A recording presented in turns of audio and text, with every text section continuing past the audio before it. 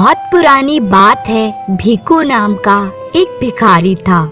वे गांव-गांव जाकर भिक्षा मांगा करता था और उसी भिक्षा से अपना तथा अपने परिवार का बहुत ही कठिनाइयों से गुजारा चलाता था। दिन भर गांव-गांव के पदयात्रा करके भिक्षा मांगने के बाद भी उसे व उसके परिवार को भर पेट खाना ना मिल पाता। इसी वजह से उसका मन बहुत खिन्न रहता था। देखो जी, आज भी भिक्षा में मिला अन्न बहुत कम है। हम भूखे रह जाएंगे। बच्चों को तो भर पेट खिला ही दो। हम भूखे भी रह जाएंगे तो कोई बात नहीं। भीख मांगना उसका खानदानी पेशा था। वह जवान था, सेहत भी अच्छी थी, मगर कोई काम धंधा करके धन कमाने की अपेक्षा वह हमेशा यही सपना देखता था कि कहीं से उसे हीरे जवाहरातों की पोटली मिल जाए या धन मिल जाए तो वह सुखी हो जाए। वह राह चलता भी धन के ख्यालों में डूबा रहता। हे भगवान, मुझे धनवान बना दे, मेरे सारे कष्ट दूर कर दे। एक बार भिखू के गांव में काफी तेज वर्षा हो रही थी और मूसलाधार वर्षा के कारण वह बहुत दिनों तक भिक्षा मांगने ना जा सका। ए जी, सुनते हो, 4 दिन से हमारे पेट में अन्न का एक दाना भी नहीं गया। जो बचा खुचा अन्न पड़ा था वह भी बच्चों को खिलाकर कल ही खत्म हो गया था। अब तो बच्चे भूख से बिलख रहे हैं। समझ नहीं आ रहा भगवान कि क्या करूं। इस बारिश ने तो हम पर कहर ही ढा दिया है। 6 दिनों से भिक्षा मांगने भी नहीं जा सका हूँ। हम तो भूखे रह भी लेंगे, पर इन मासूम बच्चों का क्या होगा? इनका बिलखना मुझसे देखा नहीं जाता। मेरी मानो तो एक बात कहूँ। कहो, क्या कहना चाहती हो? हमारे पड़ोस में शांता मौसी रहती है ना? वह कह रही थी कि जंगल में एक बहुत ही पहुंचे हुए महात्मा डेरा डाले हैं। वे सबका कष्ट दूर कर देते हैं। मेरी मानो तो उन महात्मा जी के शरण में जाओ, वे जरूर हमारी विपत्ति दूर करेंगे। भिखू बोला, यह सब बेकार की बातें हैं। मुझे इन महात्माओं पर विश्वास नहीं। अजी, एक बार जाके देखने में क्या ऐतराज है? शांता मौसी का बड़ा लड़का बहुत बीमार था। तमाम वैद्य हकीमों का इलाज करवा लिया, पर फायदा ना हुआ। हार कर वे उसे महात्मा जी के डेरे पर ले गई। महात्मा जी ने जाने क्या मंत्र पढ़ा कि वह एकदम भला चंगा हो गया। मंत्र पढ़ने से भला कहीं रोग ठीक हो जाया करते हैं? सब पाखंडबाजी है। देखो जी, मैंने आज तक आपसे किसी बात की जिद नहीं की। बच्चों को भूख से तड़पता देखती हूँ तो बेबसी के आंसू पीकर रह जाती हूँ। अपने लिए ना सही, बच्चों के लिए ही महात्मा जी की शरण में चले जाओ। मेरा मन कहता है वे हमें दरिद्रता से मुक्ति अवश्य दिलवाएंगे। भिखू ने अपनी पत्नी की बात मान ली और जब दोपहर को वर्षा कुछ कम हो गई तो वे घर से निकल पड़ा। करीब घंटे भर बाद वह महात्मा जी के डेरे पर जा पहुंचा। उस समय भी महात्मा जी समाधि लगाए बैठे थे। महात्मा जी को साष्टांग प्रणाम कर वे पास ही बैठ गया और महात्मा जी के आंखें खोलने का इंतजार करने लगा। महात्मा जी के तेजस्वी मुख को देख अपने आप ही भिखू के मन में उनके प्रति श्रद्धा उमड़ आई। थोड़ी देर बाद महात्मा जी ने आंखें खोली तो भिखू को सामने बैठा पाकर बोले, कहो वत्स, इतनी बारिश में आने का कष्ट कैसे किया? महात्मन, मैं गरीब भिखारी भिखू हूँ। और भिखू ने दुखी मन से अपनी सारी विपदाएं कह सुनाई। ओह, तो ये समस्या है तुम्हारी? हाँ महात्मन, अगर आप मुझे बेशुमार धन दिला दे तो मेरे सारे कष्ट दूर हो जाएंगे। महात्मा समझ गए कि भिखु ने अभावों से ग्रस्त जीवन जिया है, इसलिए केवल धन को ही जीवन के सुख का आधार मान रहा है। वे बोले, भक्त, केवल धन ही सुख का आधार नहीं है। अगर तुम्हें बेशुमार दौलत प्राप्त हो जाएगी तो तुम अब से भी ज्यादा दुखी हो जाओगे, और जब दौलत दुख का कारण ही है तो वे किस काम की। दौलत के बारे में महात्मा जी के विचारों पर भिखु भिखारी को अचरज भी हुआ और हंसी भी आई, और वे बोला, महात्मन, मेरे पास धन नहीं है, तभी मेरे बच्चे भूख से बिलखते हैं। ना तो हम अच्छा पहन सकते हैं और ना खा सकते हैं। गंदी जमीन पर घास फूस की झोपड़ी बनाकर रहते हैं। अगर मेरे पास धन हो तो मेरे बच्चे भूखे ना मरें। हम अच्छा पहने और अच्छा खाएं, अपनी तमाम इच्छाओं की पूर्ति हेतु सुख वैभव खरीद सकें, हमारे सब कष्ट दूर हो जाएं, हर तरफ से सुख ही सुख हो। महात्मा मुस्कुराए और बोले, तुम जीवन में सुखी होना चाहते हो? जी महात्मन, तभी तो आपसे धन की कामना कर रहा हूँ। मगर बगैर मेहनत किए हासिल हुए धन से व्यक्ति सुखी नहीं हो सकता। अगर तुम वास्तव में जीवन में सुखी होना चाहते हो तो मेहनत मजदूरी करो, अपना पसीना बहाकर धन हासिल करो। इस तरह से प्राप्त हुआ धन तुम्हें धनवान तो ना बना सकेगा, पर तुम्हें सच्चा सुख अवश्य देगा, क्योंकि सच्चा सुख मेहनत से कमाकर खाने में है, ना कि मुफ्त की दौलत पाने में। भिखु बोला, महात्मन, मेहनत मजदूरी करके इंसान कितना कमा लेगा? मेहनत करके तो वह अपना पेट पाल ले, यही गनीमत है। मैं तो आपके पास यही आशा लेकर आया था कि आप मुझे बेशुमार धन देकर मेरे जीवन को सुखी करेंगे। अच्छी बात है भिखु, हमारे दर से आज तक कोई निराश नहीं लौटा है। हम तुम्हारी इच्छा पूर्ण करेंगे, लेकिन पहले तुम फैसला कर लो, तुम सुख पाना चाहते हो या धन? महाराज, जब धन प्राप्त हो जाएगा तो सुखी तो मैं स्वयं ही हो जाऊंगा। मेरा सबसे बड़ा दुख तो निर्धनता है, इसलिए मुझे धन ही दे दीजिए।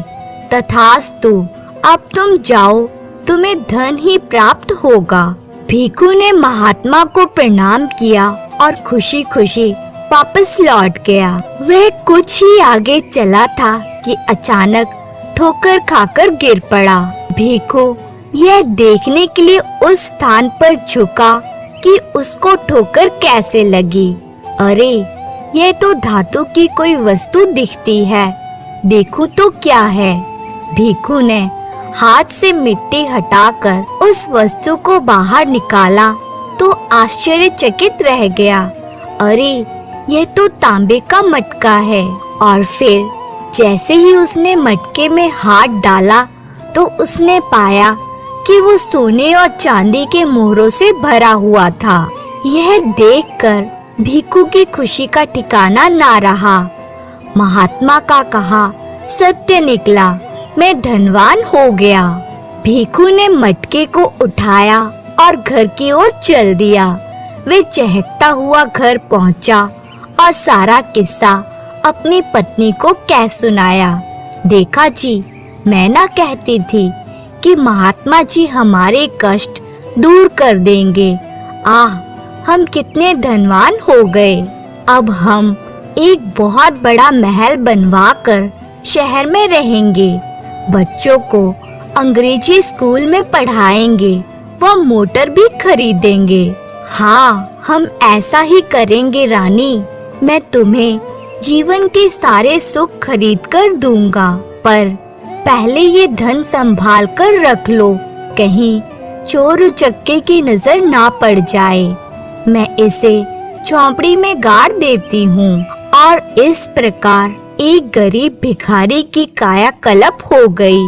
कुछ ही दिन बाद वे गांव छोड़कर शहर में रहने लगे। एक मोटर और एक आलीशान बंगला उसने खरीद लिया। बच्चे पब्लिक स्कूल में पढ़ने लगे। लोग उसे सेठ भिखारी दास कहने लगे। वह निर्धन था तो उसका कोई दोस्त न था। धनवान हुआ तो सैकड़ों दोस्त बन गए, अच्छे कम और बुरे ज्यादा। दोस्तों पर भी वे बहुत खर्च करता था। रात रात भर वे अपने दोस्तों के साथ क्लबों में बैठा रहता था। पियो यार, तुम तो नखरे कर रहे हो। नहीं यार, मैं शराब नहीं पीता। लेकिन दोस्तों ने उसे शराब पीना सिखा ही दिया। वह नशे में झूमता हुआ घर पहुंचा। छी छी, आपने शराब पी हुई है। अरे सेठानी, शराब ही तो पी है। जानती है, दुनिया में जितने भी अमीर हैं, सब शराब पीते हैं। वह अत्यधिक नशे में था। उसकी पत्नी ने तब तो कुछ नहीं कहा, लेकिन सुबह नाश्ते की मेज पर बात छेड़ी। देखो जी, शराब पीना अच्छी बात नहीं है। शरीफ आदमी क्लबों में भी नहीं जाते। मुझे यह सब अच्छा नहीं लगता। तुम तो अपनी भक्ति में लगी रहती हो। तुम्हें क्या पता दुनिया कैसे जीती है। धनी होने के साथ ही साथ भीखू में बहुत बड़ा परिवर्तन आ गया था। उसे घर वालों की उपेक्षा, अपने दोस्त और महफिलें अच्छी लगती थी। पत्नी के समझाने पर उसका क्रोध भड़क उठा और अपनी पत्नी पर दौलत के नशे में हाथ उठा बैठा। चल हट परे, जिस घर में 2 घड़ी भी चैन नहीं मिलता, वहाँ रहने का क्या लाभ। स्वामी, भोजन करे बिना मत जाइए। भोजन करके ही बाहर कदम रखो। मगर भीखू गुस्से में बड़बड़ाता हुआ घर से बाहर निकल गया। दुखी पत्नी भगवान से प्रार्थना करने लगी, भगवान, मेरे पति की रक्षा करना। उन्होंने अन्न का अपमान किया है, इसलिए मैं तुमसे क्षमा मांगती हूँ। अपार धन ने भीखू की बुद्धि पर पर्दा डाल दिया था। वे इस समय भी अपने स्वार्थी व मौका परस्त दोस्तों के साथ क्लब में बैठा हुआ जुआ खेल रहा था। बस भाई, फिलहाल तो मेरी जेब खाली हो चुकी है, अब चलूंगा। इतनी जल्दी भी क्या है सेठ, रुपयों की चिंता मत करो। तुम्हारी एक आवाज पर हम तिजोरियां खोल देंगे। बोलो कितना चाहिए। देर तक रात को शराब के नशे में झूमते हुए घर लौटना भीखू की आदत बन गई थी। उसकी पत्नी संध्या से भूखी प्यासी अपने पति के लौटने का इंतजार किया करती थी, मगर पति देव को उसकी चिंता कहाँ थी। वह तो दौलत के नशे में चूर था। जब वे घर पहुंचा तो उसकी पत्नी बोली, खाना लाऊं जी? नहीं, खाकर आया हूँ, बड़ी नींद आ रही है, तुम भी जाकर सो जाओ। उसकी पत्नी कुछ न कर सकी। पति को बिगड़ते देख उसकी आत्मा रोती थी, पर वह किससे कहती, उसकी कौन सुनता। वह घंटों भगवान की मूर्ति के सामने बैठकर आंसू बहाती रहती। भगवान, क्या इसीलिए तूने हमें धनवान बनाया था? अगर इसी जिंदगी को धनी लोगों की जिंदगी कहते हैं, तो अपनी दौलत वापस ले लो, हमें फिर से निर्धन कर दो। इस सोने के पिंजरे में तो अब मेरा दम घुटता है। निर्धनता में कम से कम मेरा पति तो मेरा अपना था, लेकिन अब कुछ भी नहीं रहा मेरा। धन देकर तूने मेरा सब कुछ छीन लिया।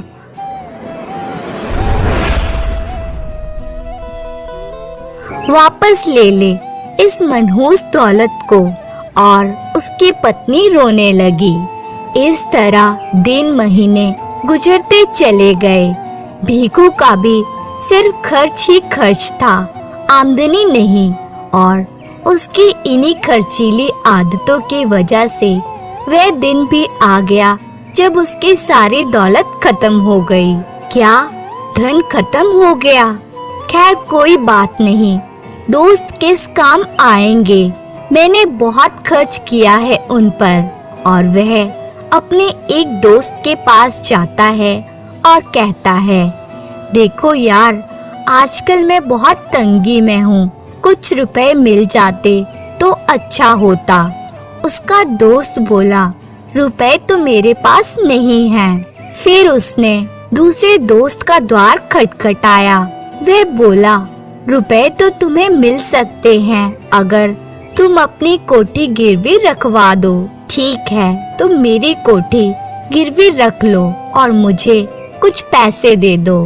इस तरह से धन के भंडार खत्म हो गए, मगर उसको जो बुरी आदतें पड़ चुकी थी वह ना छूटी। और फिर वह दिन भी आया जब उसकी कोठी, मोटर सब कुछ बिक गया। वह अपनी पत्नी से बोला, भगवान, सब कुछ खत्म हो गया, हम फिर से गरीब हो गए।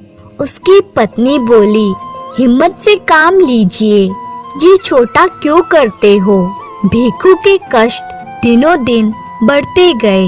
बच्चों ने दौलत का स्वाद चखा था, वे निर्धनता को स्वीकार ना कर सके। पापा, हम फुटपाथ पर नहीं रह सकते, अपनी कोठी में वापस चलो। बेटा, अब हमारे पास कोठी नहीं रही, यहीं रहना होगा। जिद नहीं करते। नहीं, हम नहीं रहेंगे यहाँ पर। छी, कितनी गंदी जगह है, घर वापस चलो।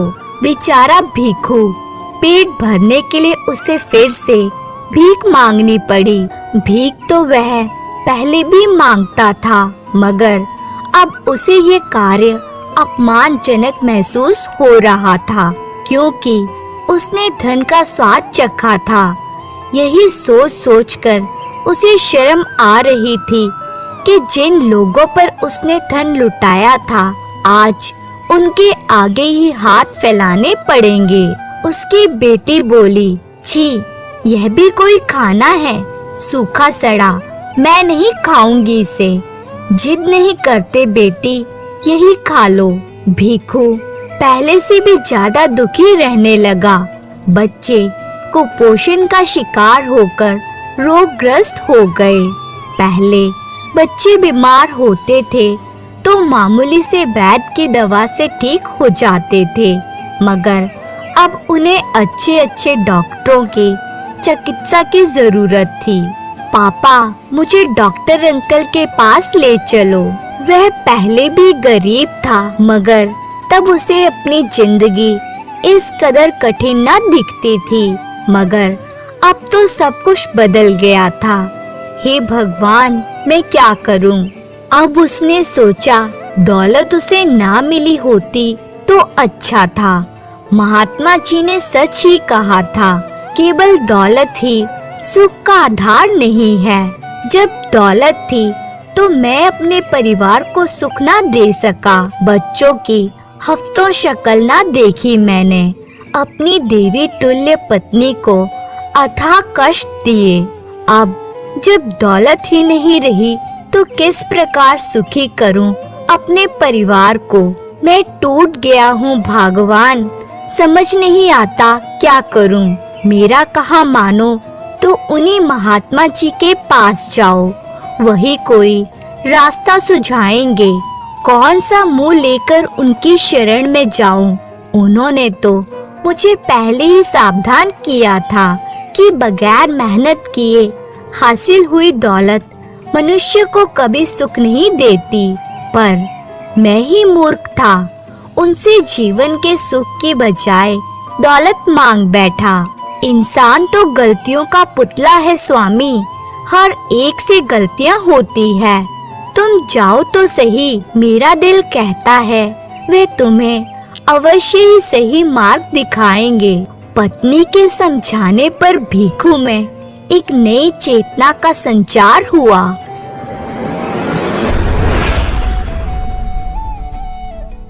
वे महात्मा जी के डेरे की ओर चल दिया।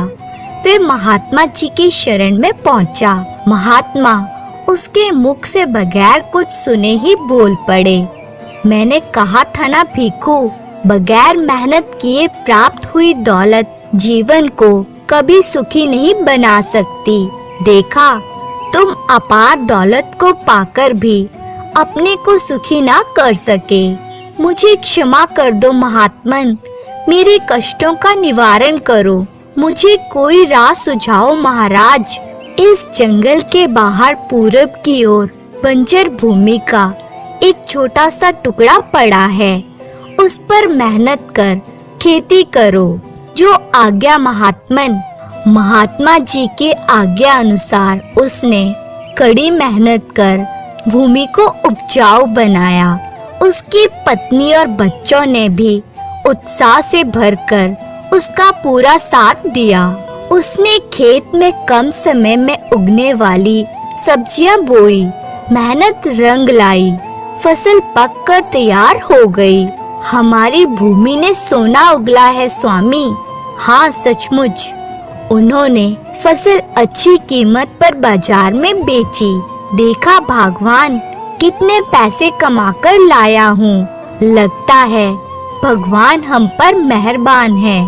भिखू के जीवन में बाहर आ गई। उसने दूसरी फसल में खेत में गेहूं बोई। वे फसल भी पक गई और बाजार में अच्छे दामों में बिकी। और इस तरह कठोर परिश्रम करके भिखू ने बहुत धन कमाया। वे अपने परिवार का पूरा ख्याल रखता था, बच्चों से बहुत प्यार करता और अपनी पत्नी का भी सम्मान करता। अपनी पुरानी गलतियां उसने नहीं दोहराई। अब वे समझ चुका था कि धन किस प्रकार खून पसीना एक करके कमाया जाता है। अब भिखू ने समझा कि महात्मा जी ने कितना सही कहा था। अब वह धन की कदर करता था और उसने सभी तरह के कुकृत्य छोड़ दिए थे। जीवन में पहली बार भिखू ने महसूस किया कि वह बहुत सुखी है। इतना सुखी कि शायद ही कोई उससे ज्यादा सुखी हो। सुनो जी, महात्मा जी ने हम पर कितना उपकार किया है और हम कितने कृतज्ञ हैं कि उनका शुक्रिया अदा करने भी नहीं गए। अच्छा, मैं कल ही उनके पास जाता हूँ। अगले ही दिन भिखू महात्मा जी की कुटिया पर पहुँचा। अपने हार लेकर गया था। ओह भिखू, तुम यह सब उपहार श्रद्धा पूर्वक अपने खून पसीने की कमाई से खरीद कर लाए हो, इसलिए मैं इन्हें स्वीकार करता हूँ। मैं कृतज्ञ हुआ महात्मन। और इस तरह भिखू मेहनत की कमाई का महत्व समझने के बाद आनंद पूर्वक अपने दिन गुजारने लगा। अगर आप लोग को हमारा वीडियो अच्छा लगे तो लाइक सब्सक्राइब जरूर करें, साथ में कमेंट करें और शेयर भी करें। धन्यवाद।